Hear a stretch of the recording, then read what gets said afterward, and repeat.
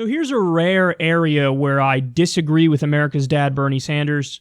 Let me show you what he said here about the issue of drug decriminalization in his interview with Crystal Ball on Hill TV.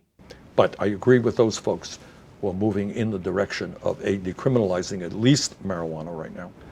What about hard drugs, though? I mean, that's the Portugal model. I'm not there yet. I mean, Why not?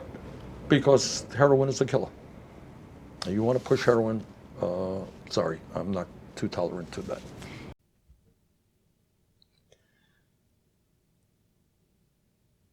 But it worked in Portugal. There's an argument from a principled perspective about, hey, if you're not hurting anybody else, why shouldn't you be allowed to do it?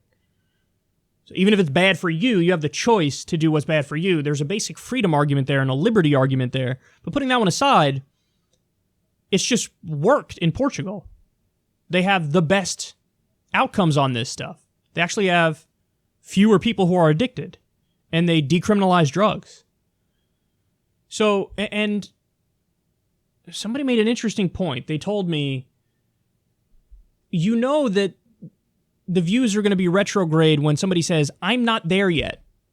So in other words, that's like them saying, like, I know where I'm supposed to be, but I'm not there yet. So it's not like a hard disagree. It's like, that's probably the right answer, but I can't bring myself to that position yet for whatever reason. So, and just so you know, we're not even talking about legalizing all drugs in the context of this clip. We're talking about he wants to legalize recreational marijuana, but he stopped short of saying decriminalize all drugs. To which I respond, we're not even talking about legalization. You can't even agree to decriminalization? But very simply put, this is not a criminal issue. If you admit that, hey, we're talking about addiction here and a mental health issue, then how can you then also say at the same time, oh, keep it a criminal issue? No, that's insane. You should decriminalize all drugs, at least decriminalize all drugs. At the very least. And just so Bernie knows, prohibition, when it comes to substances, flat out has not worked. So what happens when you ban something is you push it underground to the black market, and then there's more crime associated with the product as a result of it being on the black market. Why? Because gangsters and criminals have a monopoly, and they make all the money, and they're the ones who are involved in selling the product. So if there's some sort of dispute on the streets, you solve it with guns. You solve it with guns and violence. If this stuff is decriminalized, if this stuff is legalized, you solve it going to court wearing suits and ties. So we have the example of alcohol. We know what happened with alcohol. When there was alcohol prohibition, we had a giant spike in organized crime, a giant spike in violent crime, because you gave a monopoly to criminal organizations and gangsters. And so they got incredibly powerful. The mafia was massively powerful during the Prohibition era because they made all the money from selling the alcohol.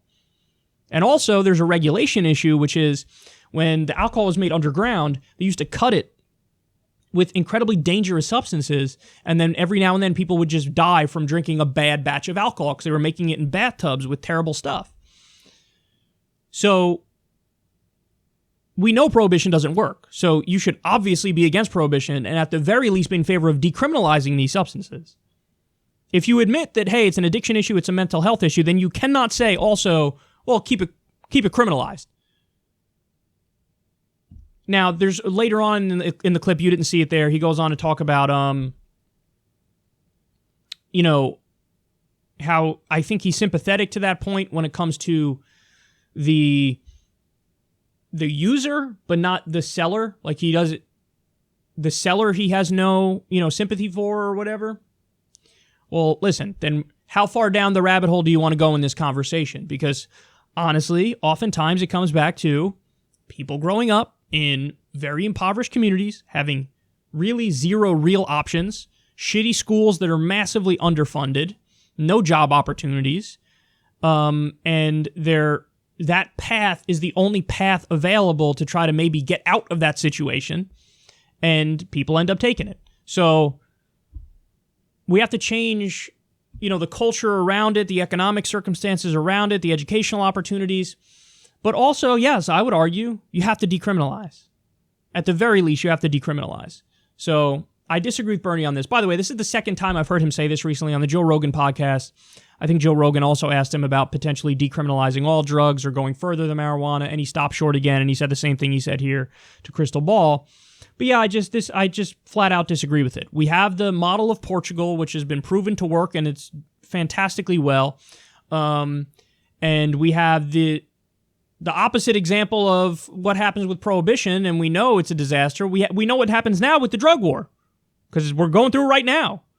With all the problems associated with the drug war and how there were cartels and then they splintered and now they're mega cartels and there's so much violence and hundreds of thousands of deaths associated with the prohibition of it. So you can't do prohibition. At the very least, you have to decriminalize these substances. The real conversation should be about legalizing.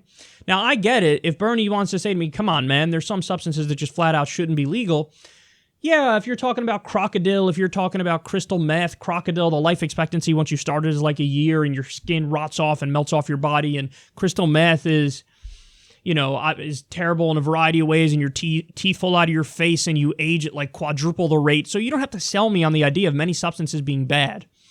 But should there be legal, taxed, and regulated versions of all different kinds of potential highs, whether it's an uppy high and whether it's a downy high, whether it's whatever it might be, yes, there should be that option available on the marketplace, because I believe in freedom, and I also believe people are going to weasel their way around anyway, and you want them to have relatively safe options as opposed to the dangerous options which are only available on the black market and the worst versions which are only available on the black market. Listen, man, if you can go buy like 3 giant bottles of whiskey and drink yourself to death at 7 a.m. in the morning if you choose, don't tell me it's a crazy idea to have legal, taxed, and regulated versions of all these different substances, because that is a matter of freedom. That is a matter of personal choice. I'm all for safety rules and regulations and things of that nature, but to take this hardcore criminalize it approach is not just anti-freedom, it's also kind of dumb. So I think Bernie in this instance is just kind of a victim of the society and the culture that we've always lived in, where it's been illegal for so long, there's just the default. Everybody thinks, I guess that's how it should be. But no, it really shouldn't be like that, Bernie, and I hope he evolves on this.